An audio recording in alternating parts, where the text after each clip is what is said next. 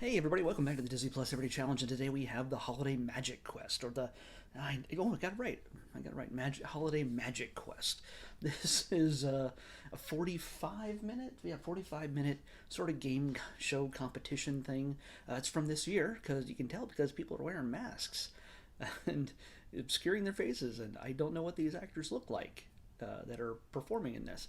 It's actually a live, unscripted game thing. It stars the four kids, well, two zombies from Zombies movie and two werewolves, I guess, from Zombies 2, if that makes sense to you. If that makes sense to you, then you're going to be watching this. If you're like, well, who is it? Who are the people that are in this? Honestly, if you don't honestly know right off who might be in this, if I say Zombies or Zombies 2, you don't know who they are. It's just the way it is. It's all right. It's You're not 10. So, hey, either way, if you're a big fan of the Zombies films, I have not seen them yet. They haven't shown up on the Disney Plus Everyday Challenge random picker, so eventually I'm going to get a chance to watch them and see what the people are like as zombies and werewolves and whatever.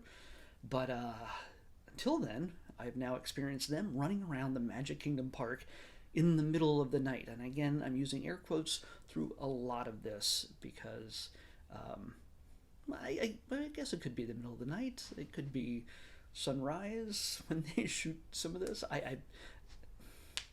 Yes, I'm a little bit cynical because these pretty much adults playing teenagers are just a tad bit excited and way too expressive and excited about just the most minor things, speaking their feelings aloud in exasperated tones. And that witch did something. I can't believe it. She's mean. You know, okay, it's funny. It's cute. It adds to the excitement. If they were just like me, they'd be just like, oh, Maleficent, she just did a trick. And now we gotta save Disneyland, Disney World. So no, it's yeah. I'm sorry. It would have. They need people who are a bit more expressive and into the game. And yes, these kids are actors. So, and I say kids even though they're probably 20. I have no idea. But yeah, they're a fun group of kids, and it's two pairs, and supposedly they're battling against each other. Uh, they think they're there for some sort of overnight competition in the park, but then they don't realize that Maleficent and Evil Queen have taken over the park, and if they do not complete all these challenges and get the keys and rescue Mickey, then they're going to take over the park forever. And again, yes, being that they're rational adults, they know that this is not reality. But for the purposes of the game and for the audience that's watching it, it they're like they have to look like they're pretending that like they know this is a real threat. So yeah, it makes it more fun. And yes, they're yelling and screaming a lot of the times, and they're very excited about every development that happens. And yeah, and to me, the greatest part of this is sort of vicariously living through them and getting to run around the park alone. Again, there's camera crews and everybody else, and running around the park alone in the middle of the night to just having free reign in the park. You know, it's yeah. They get to go on some rides. They get to paddle their canoe through the waters around the castle. They get to walk through certain areas of the haunted mansion where foolish mortals are not allowed to go. They ride the mine train, which I would have wanted to be on that team to ride the Seven Dwarfs mine train over and over and over again while carrying an open cauldron of water that I would have to balance and make sure I don't spill as much as possible. I have to try to keep it. That was part of the competition. They had to keep themselves from spilling the water, so they could, when they get off the ride, they can refill it. So they got to ride the mine train a number of times in a row, with no attendants around to help them. Of course, there was. So but you don't see them. You don't see anybody else but them in the park, and the Mickey and the evil ladies. So, but yeah, that's part of the competition. I would love to do that. Honestly, I would have loved to do any of these competitions that you have in here. Some of them are a little bit simple, but the mine train thing would have been my favorite. Just, I don't care if I would have got soaking wet.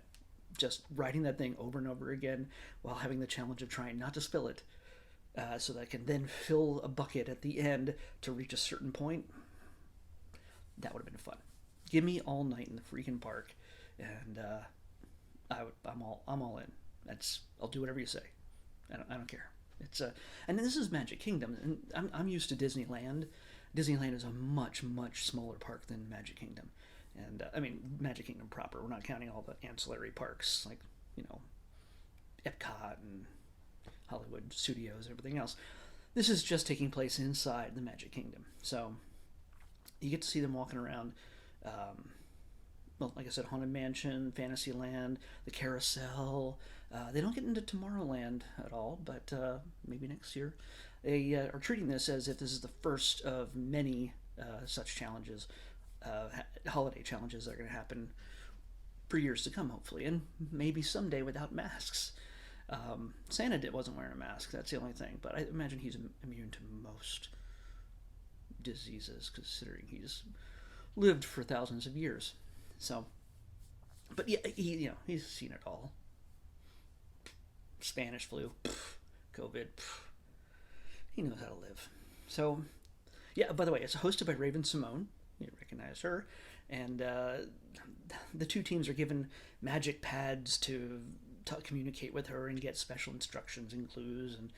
And it's fun. It's a little bit hyped, really to keep the attention of anybody in single-digit age range. So I think it'd be fun to watch with the whole family. Just sit down and see if you can figure out who's going to win. Is it going to be the blue team? I mean, the green team or the red team? Which one? And see if they can pick out how to do it better. And I think it'd be a nice little engaging thing for the whole family to enjoy. So yeah, I'd say if you're interested in more holiday programming other than watching the Grinch or Elf or every other Disney thing that you've watched over and over again, here's a little bit something different. So check it out. And this is the first, like I said, maybe of many, if this one goes well. So yeah, that's all I got to really say about that. It's a real short one. The next one we're going to do is, I'm going to do something I've never done before. I'm going to double up on these. Mainly because they only exist during the holidays, and I only had so many to choose from, and I kind of wanted to take care of some things. And these two are, it's the original and a sequel